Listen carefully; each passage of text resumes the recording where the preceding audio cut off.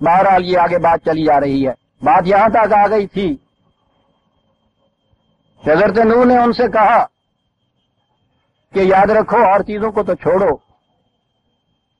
ایسا نظر آ رہا ہے کہ اگر یہاں بارشیں زیادہ ہوئیں، یہ تمہارا گاؤں، تمہاری بستی یہ نشیب میں واقع ہوئی ہے،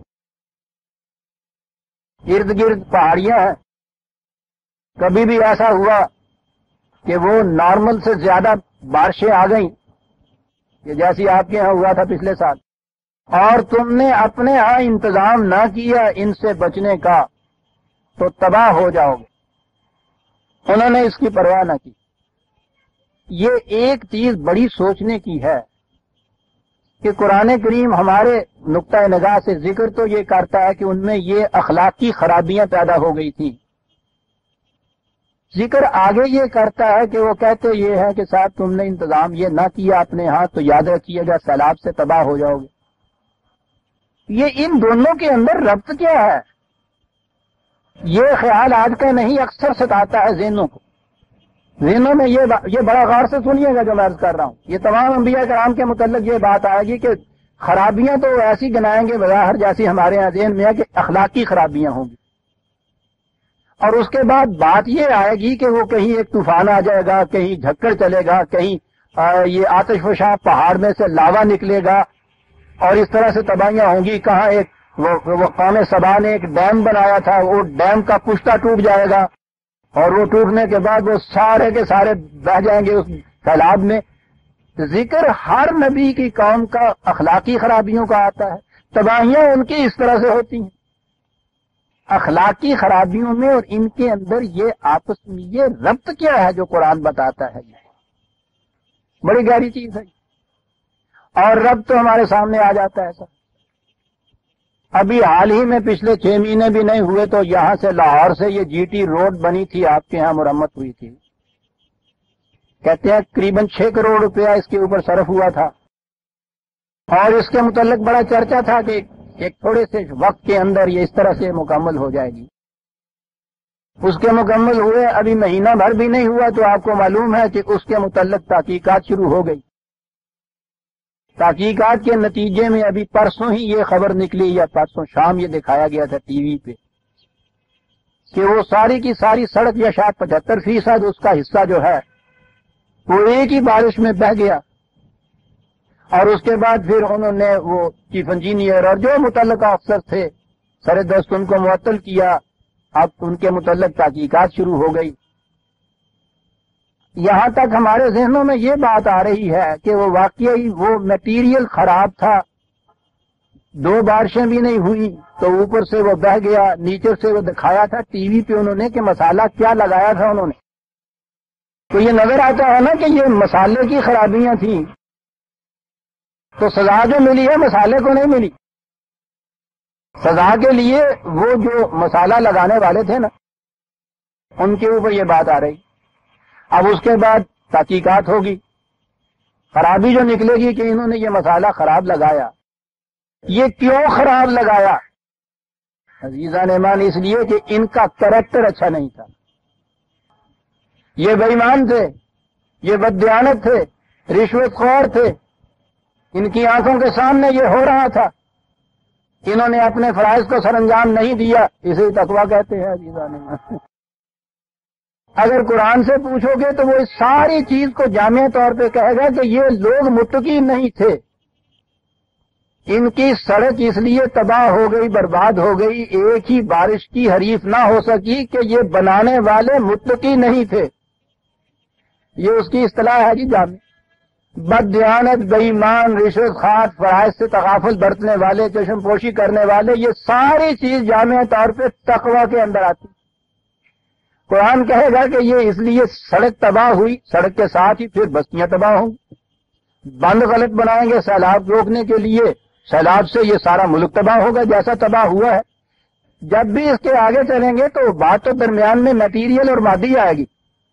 کیوں نہ سیمنٹ اچھا نہیں تھا، وہ بجری اس قسم کی نہیں تھی، بند میں ریت لگا دی گئی تھی، یہ سب چیزیں میٹیریل آ رہی ہیں. اس کا انتظام بھی یہی تھا کہ اگر وہ میٹیریل ٹھیک لگاتے، ترتیب سے، قاعدے کے مطابق، قانون کے مطابق یہ سب کچھ بنتا، میٹیریل وہی لگتا، تو پھر تو تباہی نہ آتی نا۔ یہ میٹیریل اچھا کیسے لگتا؟ میٹیریل تو کہیں سے اڑ کے آپ نہیں آ جاتا کہ جی میں لگنا چاہتا ہوں، دوسرا میٹیریل ناقص کہتا نہیں نہیں تم چلے جاؤ میں لگنا چاہتا ہوں۔ یہ تو نہیں ہوتا کہ ایک سیمنٹ کی بوری وہاں آ کے دوسری ریت اور سیمنٹ کی ملی ہوئی بوری سے ٹکراتی ہے، وہ سیمنٹ اچھا لگتا ہے؟ لگانے والے متقی ہوتے ہیں، غلط لگتا ہے ان میں تقوی نہیں ہوتا۔ یہ ہے اصطلاح عزیزان من قرآن کی۔ ہم نے یہ متقی اور تقوی کو تو سمیٹ کے رکھ دیا مسجد کی چار دیواری کے اندر، اور باہر کی دنیا جتنی تھی اس کے لیے ہم نے اپنے معیار اور مقرر کر دی۔ انجینئر کس کو بنایا جائے گا، ٹھیکہ کس کو دیا جائے گا، سپروائزر کون ہوگا، اس کے معیار تقوی نہیں، اس کے معیار کچھ اور۔ ہو سکتا ہے کہ اس کے معیار کوالیفیکیشن کے اعتبار سے بھی بالکل ٹھیک ہوں، بہت اچھا کوالیفائڈ انجینئر لگا دیا ہم نے سر پہ، بڑی ڈگریاں تھی اس کے بعد، اوورسیئر لگایا، بڑا تجربہ تھا صاحب اس کو سڑکیں بنانے کا، یہ سب کچھ جو ہے میٹیریل ہم نے سیمنٹ بہترین کمپنی سے منگایا صاحب، یہ سب کچھ ٹھیک ہے، لیکن یہ سب باقی ہے، تو باقی نہیں ہے۔ ان کوالیفیکیشن میں یہ نہ دیکھا کہ یہ انسان کے بچے بھی ہیں یا نہیں۔ متقی ہونا تو آگے کی بات ہے۔ اگر یہ کوالیفیکیشن جو آپ کے ہاں ہے کسی کام کے سپرد کرنے کی، یہ سارا کچھ ساتھ رکھ کے اس کے اندر خدا کو لے آیا کریں تو کبھی بھی یہ تباہیاں نہ۔ اب معلوم ہوا خدا کا ایمان، خدا پر ایمان تباہیوں سے کیسے بچاتا ہے، خدا پر ایمان نہ ہونے سے تباہیاں کیسے آتی ہیں۔ ربط پتہ چلا آپ دونوں کا کیا ہے؟ خدا کو اگر آپ مسجد تک محدود کر دیں اور سجدوں تک مقصور کر دیں، پھر تو کوئی ربط نظر نہیں آتا صاحب کہ یہ کیا ربط ہے صاحب اس میں کہ یہ نماز نہیں پڑھتا تھا اس لیے سڑک خراب ہو گئی۔ نماز پڑھنے والوں کی بنائی ہوئی سڑک کب اچھی ہوتی ہے؟ ہم نے محدود کر دیا تقوی اور خدا کو اس میں۔ لائیے نا تقوی کو وہاں کہ انجینئر کا کوالیفائڈ ہونا، ایکسپیرینسڈ ہونا، بہترین ٹیلنٹس کا مالک ہونا اور متقی ہونا ضروری ہے۔ پھر کہیے کہ سڑک ٹوٹ جائے، اسے رکھیے ذہن میں اور آگے آ جائیے۔ جس معاشرے میں، جس نظام میں وہاں طبقاتی تقسیم کی یہ کیفیت تھی کہ اوپر کا خواص کا طبقہ اتنا بدمست ہو گیا ہوا تھا اپنی قوت و دولت و ثروت کے نشے میں کہ وہ خدا کا نبی ایک بات کہتا ہے، ایسی معقول بات کہہ رہا ہے، اس بات کے خلاف اعتراض نہیں ہے کوئی انہیں۔ یہ ہے جس پہ میں زور دے رہا ہوں، قرآن نے کہیں نہیں کہا کہ انہوں نے اس بات پہ اعتراض کیا تھا۔ اعتراض یہ تھا کہ صاحب ہم بھی اور یہ بھی ایک جگہ بیٹھ جائیں سر، کہتا نہیں۔ قرآن کہتا یہ ہے کہ جب معاشرے کے اندر اوپر کے طبقے کے میں یہ چیزیں پیدا ہو جائیں، معاشرے کا کوئی مادی نظام بھی صحیح نہیں رہتا۔ دیکھا اس مادی نظام میں اور اس معاشرے کے صاحب ذمہ دار طبقے کے تقوی میں کتنا بڑا ربط ہے آپس میں۔ بنیادی یہ ہے عزیزان من، یہ جتنی مادی خرابیاں آج آپ گناتے ہیں اپنے معاشرے کی، خرابیاں تو مادی ہیں نا۔ پیاز اگر چار آنے سیر سے 4 روپے ہوتا ہے تو یہ پیورلی میٹیریل چیز ہے، اکنامک ہے، اس میں معاشی چیز ہے، یعنی خدا تو کہیں نہیں آتا نا درمیان میں۔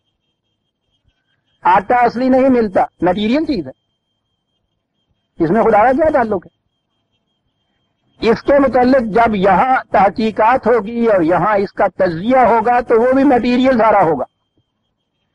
لائیے خدا کو درمیان میں، اور اس کے بعد پھر چلیے پیچھے کو کہ صاحب یہ کیوں 4 روپے ہو گیا؟ کہ جی ذرا سی کمی واقع ہوئی تھی اس پیداوار میں۔ میں یوں ہی کہہ رہا ہوں، مثال کے طور پر جن لوگوں کے پاس تھا انہوں نے اس کو احتکار جسے کہتے ہیں سمیٹ کے رکھ لیا، اندر چلا گیا یہ۔ تو یہ پیاز رڑتے آپ اندر چلے گئے سر، اندر چلا گیا۔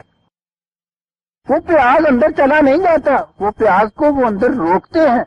یہ کون روکتے ہیں؟ وہ روکتے ہیں کہ جن کے اندر رب نہیں ہوتا، جن کے اندر خدا نہیں ہوتا۔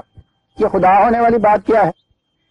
جنہیں یہ معلوم ہے کہ اس روکنے سے ہو سکتا ہے کہ ملک کے قانون کے تو یہ خلاف نہ ہو، یا ہم بچ بھی جائیں اس قانون کی نگاہوں سے، 1000 راستے ہیں بچنے کے ساتھ، لیکن اسے یہ معلوم ہوتا ہے کہ میں اس سے خدا کی گرفت سے نہیں بچ سکتا، مکافات عمل سے نہیں بچ سکتا، اس سے میری ذات تباہ ہو جائے گی، جسے جہنم کہتے ہیں۔ یہ درمیان میں بات ہو تو پھر نہ پیاز اندر جاتا ہے لڑک کر، نہ وہ اکٹھا ہوتا ہے، نہ 4 آنے سے 4 روپے ہوتا ہے۔ ہر مسئلے کی یہ صورت۔ سیلاب تباہ نہیں کرتے عزیزان من، سیلاب کو روکنے کے انتظامات کرنے والے جو تھے ان کا کیریکٹر تباہ کرتا ہے۔ بس اسی قرآن کی اصطلاح میں آپ ایمان اور تقویٰ کہتے چلے جائیں، ایک بات بدل دیجئے معاملہ صاف ہو جاتا ہے۔ تقویٰ ہے جو ڈیسائسو فیکٹر ہے۔ یہ سارا نظام بگڑا ہوا اس لیے ہے کہ وہی بات کہ یہ سب باقی ہیں، تو باقی نہیں، تو باقی نہیں۔ لیٹ ڈاؤن کیجئے کوالیفیکیشن سلیکشن کے لیے جتنے جی چاہے اونچی سے اونچی، درمیان میں یہ رکھیے کہ اس کا متقی ہونا ضروری ہے، پھر دیکھوں کیسے یہ سیلاب بستیوں کو دبو دیتے ہیں۔ اور اگر وہ تقویٰ شعار وہ نہیں ہے تو پھر تو ایک چھوٹے سے جوہر میں بھی بستی ڈوب سکتی ہے عزیزان۔ اب اس چیز کو ذہن میں رکھ کے قرآن کی ان داستانوں کو پڑھی۔ حضرت نوح علیہ السلام کی داستان آ رہی ہے، بتایا یہ جا رہا ہے کہ معاشرے میں بنیادی خرابی یہ تھی، اس خرابی کا نتیجہ یہ تھا کہ اوپر کا طبقہ، یہی اوپر کا طبقہ ہوتا ہے ذمہ دار افراد جن کو آپ کہتے ہیں نظم و نسق والے، وہ اپنی اس دولت اور قوت، یہ جو معیار تھا ان کے ہاں عزت کا، اس کے نشے میں اتنے بدمست تھے کہ انہوں نے کبھی یہ سوچا ہی نہیں تھا کہ اگر یہاں اس قسم کی تباہیاں آئیں تو اس کے لیے ہمیں کیا انتظام کرنا چاہیے۔ دیکھا بات کہاں آ گئی؟ ان کے ذہن میں یہ ہوگا کہ ہمارے پاس تو اتنا سامان موجود ہے، آ گئے تو کوئی بات نہیں ہے کہ فوری سواریوں پہ سوار ہوں گے چلے جائیں گے، ہوائی جہاز پہ اڑیں گے کسی اور ملک میں جا پاتے ہیں۔ وہ مطمئن تھے اس سے، غریبوں کا دھیان اس طرف نہیں آنے دیتے تھے جسے آپ عوام کہتے ہیں۔ وہ تو بیچارے صبح اٹھتے تھے، ان کے کام دھندوں میں اتنے لگے ہوئے تھے انہیں فرصت ہی نہیں ملتی تھی، روٹی کے دھندے سے فرصت نہیں ان بیچاروں کو ملتی، وہ کیا سوچیں کہ سیلاب کا کیا انتظام کیا جائے گا۔ وہ تو پچھلے سیلاب کی زد سے ابھی نکلتے نہیں تو اگلا سیلاب پھر آ جاتا ہے ان کی۔ یہ چیز تھی جو ان سے کہی گئی۔ ادھر سے یہ ایک جماعت ہے جس کا سربراہ ایک نبی ہے، عام ریفارمر نہیں، منتخب کیا ہوا خدا کا چنا ہوا ایک نبی۔ بظاہر دعوت نظر آ رہی ہے کہ رشد و ہدایت جسے ہم کہتے ہیں۔ میں نے کہا کہ یہ الفاظ ہمیں اب یا ان کے مفہوم متعین کرنے چاہیے یا الفاظ بدل دینے چاہیے عزیزان من۔ ہمارے ذہنوں میں نے کہا ہے نا کہ جب بھی ہم یہ داستانیں پڑھتے ہیں نبی رسول آتا ہے، ایک واعظ ہوتا ہے ہمارے ذہن میں کھڑا ممبر کے اوپر واعظ کہہ رہا ہے۔ وہ واعظ نہیں ہوتا، وہ بہت بڑا انقلابی ہوتا ہے۔ وہ معاشرے کے ان چیزوں پہ جسے آپ زمین کی باتیں کہتے ہیں، وہ زمین کی باتیں کرتا ہے آسمان کی روشنی میں، بس اتنا فرق ہوتا ہے۔ وہ ان سے یہ کہہ رہا ہے، نبی ہے، نبی کے ساتھ ان کی جماعت ہے، جماعت تو متقین کی، صالحین کی، نیک بندوں کی جماعت ہے نا۔ یہ سوال یہ پیدا ہوتا ہے کہ کل کو اگر یہاں بارش ہو گئی تو کیا بنے گا؟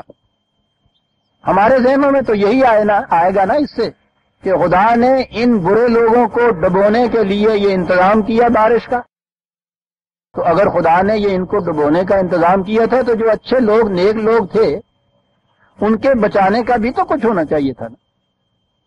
اگر یہ نیکیاں اور برائیاں جو ہمارے ذہن کی ہیں ان کی بنا پر کوئی یہ ڈوبتے تھے اور وہ بچتے تھے تو پھر تو کچھ کرنے کی ضرورت نہیں تھی۔ پہلے ایک فکرہ، ایک آیت سنیے اور اس کے بعد آئیے سورہ انبیاء میں یہی حضرت نوح علیہ السلام کا قصہ ہے۔ یہ چیزیں عزیزان من جو میں آج بیان کر رہا ہوں، آپ دیکھیں گے بڑی بنیادی چیزیں ہیں اور بہت سی قرآن کے سمجھنے میں جو الجھنیں پیدا ہوتی ہیں اس سے یہ باتیں صاف ہو جاتی ہیں۔ آیت ہے 21/76، 21/76۔ وَنُوحًا إِذْ نَادَىٰ مِن قَبْلُ، اس سے پہلے نوح نے جب ہم کو پکارا۔ اب یہ دیکھیے کہ یہ پکارنا ہے ایک نبی کا، پکارا۔ فَاسْتَجَبْنَا لَهُ، ہم نے اس کی پکار کا جواب دیا۔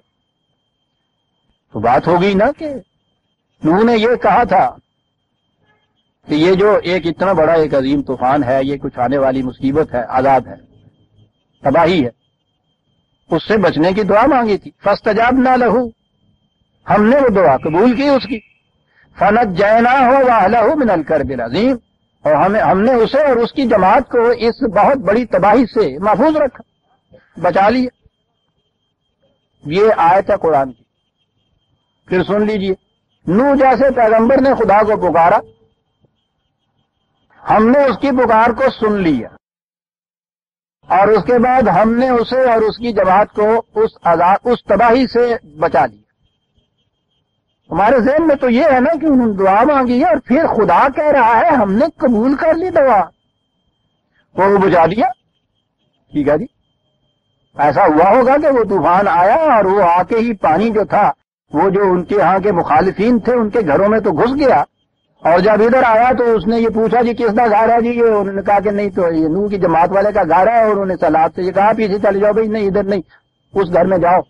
کچھ ایسا نقشہ ہونا چاہیے تھا نا، خدا نے دعا قبول کی، کہا ہم نے ان کو بچا لیا۔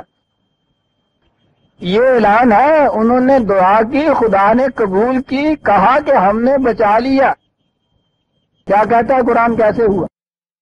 نوح نے دعا کی، ہم نے قبول کیا، اور اسے کہا وسنا الفلک بیا، یعنی نہ نوح کشتی بناؤ ایک۔